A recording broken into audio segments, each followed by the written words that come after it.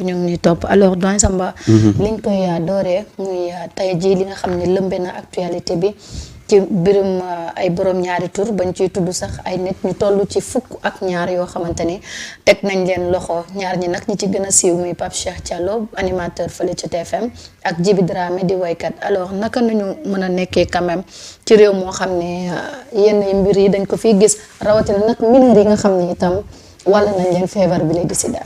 Bon écoute c'est comme un coup de massue quoi. yow dégg yenn information yi da ngay toog ba si nga ne mais est-ce que dëkk bi duñ ko reprendre à zéro. wallaay parce que c'est vraiment li ñuy wax extraordinaire. bi ma yeewoo daal ba yëg ko j'ai pris la peine d'aller dans quelques plateformes pour xool. ndax dëgg la wala mais ma gis ne des organes très sérieux ku ci mel ni Libération ku ci mel ni Seneweb bind nañ article bi mais Marietta gis nga suñu dëkk bi moi je pense que tout ça xam nga ci ban contexte ci la koy teg. oui. l'effondrement d'un système. waaw gis nga système buy daanu yoo mosta xalaat ci sa àdduna ne amoon na fi yooyu ngay dégg. ñoo mosul woon xalaat sal yenn mbir yi ci ñoom nga koy déggee. tey ñu wax la ne ni ko Seneweb waxee ne Pape Cheikh Diallo arrêté nañ ko brigade de recherche bu Kër Massar moo ko arrêté dans le cadre d'une enquête pour acte contre nature et transmission volontaire du VIH/Sida bu ñu sukkandikoo ba tey ci Libération. mu ne selon les informations même benn artiste tudd nañ ko ci muy Djiby Dramé moom it teg nañ ko loxo muy ñu ne daal mbir moo xam ne gën naa yaatu sax. liñ ko liste bi kay gudd na. gën naa yaatu loolu. yàgg naa fi wax ne ñun le mal de ce pays là mooy suñu société. ñun suñu société boo ñëwee nii rek à première vue da nga naan société boo xam ne la tout est ok tout est nickel. mais dañoo am société boo xam ne li ci biir tem fii am c'est extraordinaire mais toujours dañ ko doon nëppal mais nous avons une société malade. société malade boobu nag tant que demuñ ba mbëkk miir bi. ba nit ñi toog xool ñu ne kat fi mu nekk nii jot nañu réparer ces problèmes là saa yoo yeewoo di nga dégg ay mbir yu doy waar di ko dégg ci ay nit yu doy waar. da ngay dem ba saa nga ne mais finalement kan moo ciy mucc quoi. kan moo ciy mucc. et c'est extraordinaire et boo xoolee affaire bi c'est pas une petite affaire. parce que. am na benn coupure bu ma defoon su ma réerul dans la semaine Libération avait même fait benn article ci sujet yu demee nii. alors maintenant il reste à voir est-ce que am na ay link par rapport ak affaire boobu mais Libération avait parlé de transmission VIH/Sida ay xale yi ko doon def affaire yooyu dossier bi it déggaat nga ci même les mêmes termes yi ñu utiliser est-ce que du ña à ces deux affaires là est-ce que du ay affaires yu liées mais bref li am ci suñu société bi man damay jàpp ne société bi mooy yëlbu xam nga yëlbu mooy faxasu buy faxasu nag yi ci bari yëpp dañuy wadd xëy na lii doon na am mais est-ce que niñ doon diligenter ces affaires là est-ce que demee woon na noonu tey cette question est là rendre nañ ko public. ben écoute on va essayer de voir c'est malheureux. man de dama bi ma ko déggee daal man daal Pape Sadio je suis choqué sama bopp bi daa métti quoi ma ne loolu nag dañuy renvoyer un peu ci le caractère obscur de l'individu. nit moo lëndëm. li mu bëgg nga xam ci moom rek ngay xam. man de maa ngi continuer di vérifier quoi. pour xool. exactement c'est grave. mais nag Pape Sadio yéen ñi nga xam ne seen xam-xam dafa màcc ci dundub société bi. suñ société bi dafa feebar de. waaw Samba Ndiaye effectivement nous avons effectivement une société malade. qui refuse son état de santé qui est malade. mentalement d'abord et qui refuse cette maladie. ça veut dire quoi ça veut dire que dañu nekk d'abord ci société boo xam ne nii. yàgg nañ ko wax de plus en plus elle perd ses valeurs. Ses valeurs fondatrices. En perdant ses valeurs dafa am loo xam ne dafa ñëw ak gën a accélérer cette perte des valeurs là. moom mooy l'émergence des réseaux sociaux. xam nga réseaux sociaux yi dafay renvoyer aux citoyens sénégalais une image des fois grossissante de l'individu. C'est-à-dire que l'individu n'est plus jugé à partir de ses valeurs intrinsèques, mais il est jugé à partir du miroir grossissant qui renvoie à la société. Ça veut dire quoi? Ça veut dire que ñi nga xam ne ñoo ngi doon nekk les repères de la société, ñi nga xam ne dañuy incarner ay valeurs morales, dañ leen a reléguer à la périphérie, ou bien même des fois en dehors même de la périphérie. Ça veut dire également que les repères, les valeurs à partir desquelles on juge les individus ont fortement évolué. Maintenant, l'individu, il est jugé par sa capacité à apparaître et à apparaître, d'être pertinent sur les réseaux sociaux, de bien parler, de bien s'habiller, de pouvoir déconstruire des arguments sans mu am autorité bi. da koy gis daf fi bëri. bu ñu nee la des individus yoo xam ne mën nañ déconstruire des arguments sans ñu am autorité bi, ils n'ont ni l'autorité intellectuelle, ni l'autorité universitaire, ni même ce qu'on appelle le capital social qu'il leur faut pour mën a nekk ci société bi di wax wala ñuy jëfee.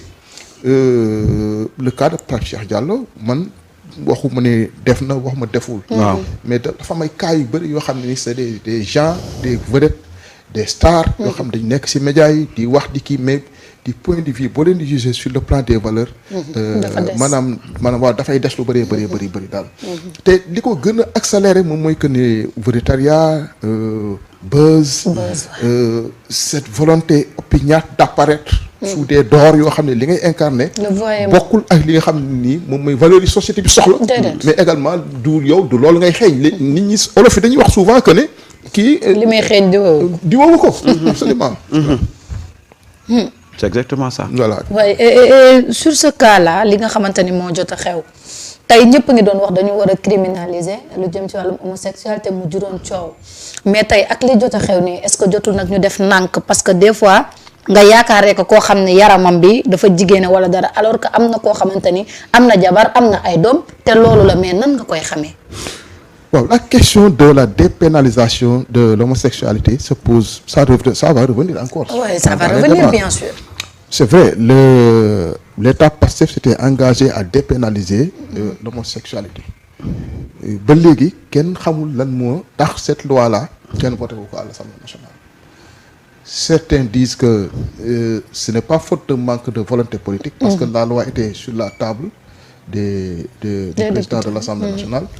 Il fallait travailler sur un certain nombre de préalables pour que loi bi du discriminer kenn, mais dafa jot tey jii nii ñu voter une loi boo xam ne nii dafay punir sévèrement l'homosexualité. Parce que aussi bu ñu ko voté wulee wala bu ñu voté loi ba ñàkk ko voté aussi sunu doom yi la. doomu opposant bi la. doomu ki nekk au pouvoir la. doomu ki nga xam ne nii il est de la société civile. te tey jii nii man ni ñu may gisee suñu société bi muy doxee nii. da nga ci am njàqare gu rëy parce que booy yi xale yi valeurs yi ñuy importé valeurs yi ñuy adopté des fois doo ko xam, parce que di nga nekk ñoom nii ci famille bi nii fekk booy mindset bu mu am ak sa mindset bokkul leen jamono yéen ñaar. yow dafa am yoo xam ne ni ci valeurs yooyu lañ la yaree ay presque ay 30 ans ci gannaaw valeurs yi yaa ngi ko gàddu ba léegi munoo nager munuloo dem ci beneen société boo xam ne wala ay yeneen valeurs yoo xam ne bokkul ak yi nga xam ne ci leen yaree. mais booy dañoo teel a yeewu teel a xam teel a informé wu am ay valeurs yoo xam ne ci la ñuy appuyer pour mën a doxal seen jamono. Donc le vote de la loi sur l'homosexualité de plus en plus maanaam nécessité bi dafay apparaître. dafay taxaw. Ensuite aussi ñu waxantee dëgg suñu société bi homosexualité yàgg na fi. waaw yàgg na fi ñu nekkee xale dina góor jigéen cokoto mandikee góor jigéen ak yooyu. ci yàgg na fi c'est-à-dire que li ko accéléré moom mooy le modernisme, l'émergence des réseaux sociaux nga xam ne nii loo koo bëgg a jot mu nga koo jot tey jii nii. parce que réseaux sociaux yi dafa réduire les distances. réduire les rapports entre les gens, faciliter les échanges. Bref, une société de consommation boo xam ne nii moom mu gën a accélérer ce phénomène d'homosexualité. Ensuite il faut traiter tamit ñu nangu lenn aussi. mooy que ne am réew boo xam ne dañ ne réewu diine l'islam la aussi. bu fekkee ne cas yi dafa am ñi nga xam ne ñoom ñoo yor baatu réew mi nga xam ne bu ñu waxee ni ñu déglu leen c'est-à-dire ces phénomènes ne les intéressent même pas. C'est-à-dire que moo tax foofu laay quand on parle de xalif général wala nitu diine aussi nitu diine mbiru askan bi dafa la war a ñor nitu diine mbiru askan bi dafa war a nekk say préoccupation mais quand des fléaux lii nga xam ne ni mun na tukkal am réew parce que ku jàng diine l'islam tuuti war nga xam ne nii am na bakkaar yoo xam ne ni yàlla mun na ci mbugal am réew wallaay mun na ci mbugal am réew homosexualité yàlla mun na ci mbugal am réew absolument mais tey ji boo xoolee tey doo ci dégg benn xalif général doo ci dégg benn nitu diine d'ailleurs man sax ce terme de nitu diine man moom laay récuser ku juddu nekk nitu diine ñu ñëpp ay nitu diine lañ ñëpp nitu diine lañ wallaay donc ñooñu aussi des fois di leen war di leen interpeller boo fi gisulee sàmm jikko yi wala nga gis les organisations de la société civile doo fi dégg benn sëriñ wala benn xalif général buy jël responsabilité am wax te ñoom bu nu waxoon tey jii ni yu bëri dina fi wàññeeku donc sur ce plan là man foofu laa leen di interpeller mais également di interpeller les organisations des droits de l'homme parce que cette histoire de vote de la loi sur l'homosexualité également ñun ñi nga xam ne nii nous sommes de la mouvance présidentielle di jàppale mouvance présidentielle bi également war nañu gën a mën a interpeller les autorités pour ñu leeral ñu ñu xam lan moo tax cette loi waaw parce que il est temps aussi parce que ce sont des engagements souscrits au prix du peuple am na ñoo xam ne loolu moo tax ñu voter Pastef aussi am na ñoo xam ne loolu moo waral seen engagement politique il y a d'autres yoo xam ne ni la reddition de compte moom moo tax ñu dugg ci mbir donc il faudrait que quand même ñun dans notre propre camp des fois ñu interroger suñu bopp aussi il y a des manquements yoo xam ne c'est des manquements inacceptables alors Samba le cas des députés ci mbirum homosexualité bi sûrement le débat va revenir alors soo dalaloon nañ fi doyen Mayabé bu magi Pastef mu ne ñoom bañuñu ko criminaliser mais aussi nañu xool nañ ko càmbaraat ndax ca tey histoire jox na ko dëgg parce que bu fekkee ku yaram bi xaw a nekk yaramu jigéen ñu ni kii waa góor jigéen la ñu baal ma pendant ce temps ki nga xamante ne tey kenn yaakaareewu ko woon koo xamante ni am na jabar am na ay doom mi ngi dund nga ni léegi nan ngay xamee ni kooku wax dëgg yàlla góor jigéen la tey amoo ci firnde waaw tam beneen problème la question yaa ngi noonu mais je pense que aujourd'hui le Sénégal regorge assez d'experts ci matière yooyu tey bu ñu jógoon pour càmbar ko définir champ d'action loi bi du jël temps mais il faut que ñu jublu ci loolu dañ ci jublu c'est-à-dire que tey suñu société bi dafa am lu ko interpeller muy phénomène boo xam ne donte yàgg na fi mais ampleur bi muy jël moo jéggi dayoo ñun bi ñuy nekk booy góor jigéen dañ ko doon dégg rek wala boo ko gisee mën ngaa toog ay ati at voilà parce que généralement góor jigéen yi seen xeesal li nga ko daan xamee waaw wala nga xool di naan cappale seen loxo yi wala ñun man fi ma dëkkoon par exemple dafa am góor jigéen fu dëkkoon bu siiwoon ñu ko doon wax Sidi Diawara ñëpp xamoon ko mu assumé ko donc góor jigéen ci comportement nga doon xamee mais léegi góor jigéen mënatoo ko xam mënatoo ko xàmmee ci comme noo ko xam day am jabar doo ko xama am doom voilà di def yëfi góor voilà loolu mooy problème bi ñiñ fi tudd ñëpp am nañu jabar muy bu dee Djiby Dramé am na jabar am na ay doom bu dee Pape Cheikh amoon na jabar am na ay doom mais déggoo lu ma la wax léegi loolu nag mooy danger bi c'est dangereux xam nga dafa am question yoo xam ne maintenant ça demande maintenant ñu gën ko approfondir xam nga tey bu njëkk ba bu ñu doon wax prostitution les prostituées mooy ñu doon taxaw ci mbedd mi di yor carte oui mais dañoo dem ba jamono soppeeku mu am li ñuy wax la prostitution clandestine ñoo xam ne amuñu carte du ñu taxaw ci mbedd mi waaye li ñuy def moo raw ñiy taxaw ci mbedd mi léegi prostitution bi n'a même plus besoin que ngay dem di taxaw ci mbedd mi jaru ko yow da ngay louer benn chambre boo xam ne nii peut-être donc tu le prends pour une nuit à 10 000 francs 10 000 francs yow dem yaa ngi ci réseaux sociaux yi joxe sa adresse joxe sa numéro de téléphone voilà les prostituées n'ont plus besoin d'aller di traîner ci mbedd yi te on l'a pas contrôlé te léegi gars yi sax seen kër la ñuy toog di ko def waaw mais bien sûr parce que réseaux sociaux yi moo ko facilité moo ko facilité da ngay gis koo xam ne day wane benn photo ne ku bëgg guddi gi waaw guddi gu neex et tu le vois tous les jours sur Facebook TikTok nëbbatuwuñu dañuy def seen numéro def numéro def quartier am ne maa ngi quartier sàngam waaw numéro téléphone sàngam waaw woo ma ci numéro bi sa guddi neex c'est-à-dire que voilà un peu les problèmes aujourd'hui qui interpellent et puis ça pose comme la question de la réglementation au niveau du tourisme. Des réseaux sociaux non tourisme déjà parce que léegi presque ku jóg léegi jël sa kii def ko genre auberge. auberge yi léegi ça fleurit. C'est un manque à gagner pour les hôteliers. Boo demee par exemple dans une station balnéaire comme Saly. mais kii ñi ngi jooy les professionnels de l'hôtellerie ñi ngi jooy. li ñuy jooy moom mooy que ne y a des maisons closes. Absolument. ay auberges yoo xam ne c'est ça qui a plombé le tourisme. waaw donc te Dakar boo fi ñuy fi la ëppee. en pagaille. léegi dañ naan la par exemple pour nga louer benn kii pendant une semaine bu leen ko defal journée 8 000 francs. oui mais loolu c'est moins cher que. oui c'est moins cher waaw. c'est-à-dire un étranger qui débarque à Dakar il n'a plus besoin d'aller dans les hôtels. Il a tout le confort que lui offrent ces maisons closes là ces auberges. donc mbir mi daal jot na daal ñu liggéey. non wàññi wax yi. mais c'est parce que wax ci bëri na trop. voilà. si perte de valeur bu métti lañ jëm. mais voilà en tout cas l'information a choqué tout pratiquement beaucoup de gens. Et si on revient à l'information je rappelle que sànq bi Libération di publier moom wax na ne daal ku ci mel ni Pape Cheikh animateur ak Djiby Dramé ñu ngi garde à vue. waaye garde à vue nañ la. waaw ñu ne nag dañ leen jàpp dans le cadre d'une enquête pour acte contre nature et transmission volontaire du VIH. loolu la Libération génne kii génne ko aussi Seneweb génne ko. et la liste est tellement longue. ah waaw nee nañ nag. liste bi bëri na de. liste bu yaatu la. bëri ay tur. damay ragal ñu tudd fi ñeneen sax nit ñi xam. waaw mais gis nga voilà suñu société. xam nga sànq Pape Sadio mu ngi koy wax. ñun xamatuñu c'est-à-dire que li Pape Gueye di wax.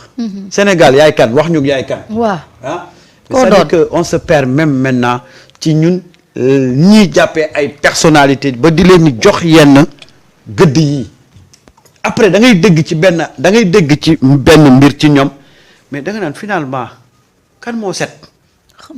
kan moo set xam nga gis nga yàgg naa ko di wax nous avons une société malade te gis nga tey.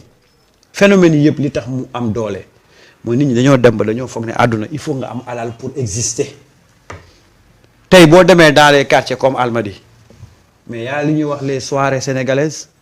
soirées sénégalaises boo demee taxaw ci buntu ba la fay romb ci ay xale yu ndaw yu nekk ci mbir mi. nit ñi di ko gis on n'en parle pas suñ société bi dafa yàqu. xam nga loolu li ko gën a kii mooy li koy firndeel rek man damay toog des fois sama koñ. waaw may toog ci buntu kër gi gis xale yi di daw yi métti nga xool ñu ne benn bongoman moo fi jaar. ñuy dàqe bongoman bi. non daw kontaan topp ko waa ji di tëgg bongo xale yi dañuy kontaan. léeg-léeg wala benn mbër moo fi kii nangam sàng moo fi jaar. wala des fois benn footballeur. c'est-à-dire que boo xoolee xale yi ni ñu adulé yenn ñi nga xam ne nii du ñu ay référence waxuma bongoman du ñu ay référence. déedéet. mais dafa am loo xam ne dafa ànd ak ñoom activité bi ñuy def boo xam ne nii c'est-à-dire que société bi gërëmu ko l'islam gërëmu ko boo demee ci làmb également am na waxuma ni làmb dafa xaram sax quoi. ci dina islam mais am na lu ànd ak làmb loo xam ne nii société bi gërëmu ko l'islam gërëmu ko.